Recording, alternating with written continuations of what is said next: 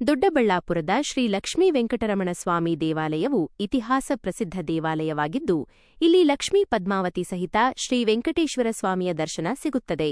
ಪ್ರತಿ ವರ್ಷ ಇಲ್ಲಿ ವೈಕುಂಠ ಏಕಾದಶಿ, ಬ್ರಹ್ಮರಥೋತ್ಸವ ಮತ್ತು ಇತರ ಹಬ್ಬಗಳನ್ನು ಬಹಳ ವಿಜೃಂಭಣೆಯಿಂದ ಆಚರಿಸಲಾಗುತ್ತದೆ. ಇತಿಹಾಸ ಮತ್ತು ಮಹತ್ವ. ಈ ದೇವಾಲಯಕ್ಕೆ ಸುಮಾರು 300 ವರ್ಷಗಳ ಇತಿಹಾಸವಿದೆ ಎಂದು ನಂಬಲಾಗಿದೆ. ಇಲ್ಲಿನ ಪ್ರಸನ್ನ ವೆಂಕಟರಮಣ ಸ್ವಾಮಿ ದೇವಸ್ಥಾನದ ಬ್ರಹ್ಮರಥೋತ್ಸವವು ತುಂಬಾ ಪ್ರಸಿದ್ಧವಾಗಿದೆ. 100 ವರ್ಷಗಳಿಗಿಂತಲೂ ಹೆಚ್ಚು ಹಳೆಯದಾದ ದೊಡ್ಡ ರಥವೊಂದನ್ನು ಹಿಂದೆ ಅಮಾವಾಸ್ಯೆ ಶ್ರೀಕಂಠಪ್ಪ ಎಂಬ ಸ್ಥಳೀಯರು ನಿರ್ಮಿಸಿದ್ದರು. ಮಾಘ ಶುದ್ಧ ಪೌರ್ಣಮಿ ದಿನದಂದು ಇಲ್ಲಿ ಬ್ರಹ್ಮರಥೋತ್ಸವ ನಡೆಯುತ್ತದೆ. ಈ ರಥೋತ್ಸವವು ದೊಡ್ಡಬಳ್ಳಾಪುರ ಮತ್ತು ಸುತ್ತಮುತ್ತಲಿನ ಭಕ್ತರಿಗೆ ಒಂದು ದೊಡ್ಡ ಆಕರ್ಷಣೆಯಾಗಿದೆ.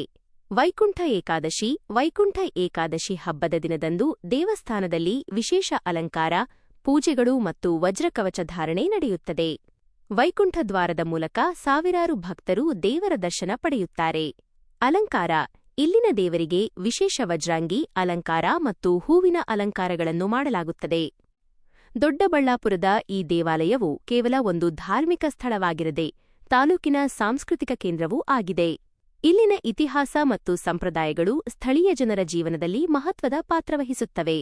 ದ್ರಾವಿಡ ಶೈಲಿ. ಈ ದೇವಾಲಯವನ್ನು ದ್ರಾವಿಡ ವಾಸ್ತುಶೈಲಿಯಲ್ಲಿ ನಿರ್ಮಿಸಲಾಗಿದೆ. ಇದು ದಕ್ಷಿಣ ಭಾರತದ ದೇವಾಲಯಗಳ ಸಾಮಾನ್ಯ ವಿನ್ಯಾಸವಾಗಿದೆ. ದೇವಾಲಯದ ಗೋಪುರಗಳು ಮತ್ತು ಇತರ ಶಿಲ್ಪಕಲೆಗಳು ಈ ಶೈಲಿಯ ವೈಶಿಷ್ಟ್ಯಗಳನ್ನು ತೋರಿಸುತ್ತವೆ. ಪ್ರಮುಖ ವಿಗ್ರಹ. ಇಲ್ಲಿನ ಪ್ರಮುಖ ವಿಗ್ರಹ ಪ್ರಸನ್ನ ವೆಂಕಟರಮಣ ಸ್ವಾಮಿ ಅವರ ಜೊತೆಗೆ ಅವರ ಪತ್ನಿ ಪದ್ಮಾವತಿ ದೇವಿಯ ವಿಗ್ರಹವೂ ಇದೆ. ಇತರೆ ವಿಗ್ರಹಗಳು ಪ್ರಮುಖ ಗರ್ಭಗುಡಿಯಲ್ಲದೆ ದೇವಾಲಯದ ಆವರಣದಲ್ಲಿ ಗರುಡ, ವಿಷ್ಣುವಿನ ವಾಹನ, ನರಸಿಂಹ, ವರದರಾಜ, ಕುಬೇರ ಮತ್ತು ಹನುಮಂತರ ಸಣ್ಣ ದೇಗುಲಗಳು ಮತ್ತು ವಿಗ್ರಹಗಳನ್ನು ಕಾಣಬಹುದು. ವೈಶಿಷ್ಟ್ಯಪೂರ್ಣ ಆಡಳಿತ. ಈ ದೇವಾಲಯವು ರಾಜಮನೆತನಗಳ ಆಶ್ರಯದಲ್ಲಿತ್ತು ಎಂದು ಹೇಳಲಾಗುತ್ತದೆ. ಇಲ್ಲಿನ ಆಡಳಿತವು ಹಲವು ಶತಮಾನಗಳಿಂದ ಕೆಲವು ಕುಟುಂಬಗಳ ನಿರ್ವಹಣೆಯಲ್ಲಿತ್ತು.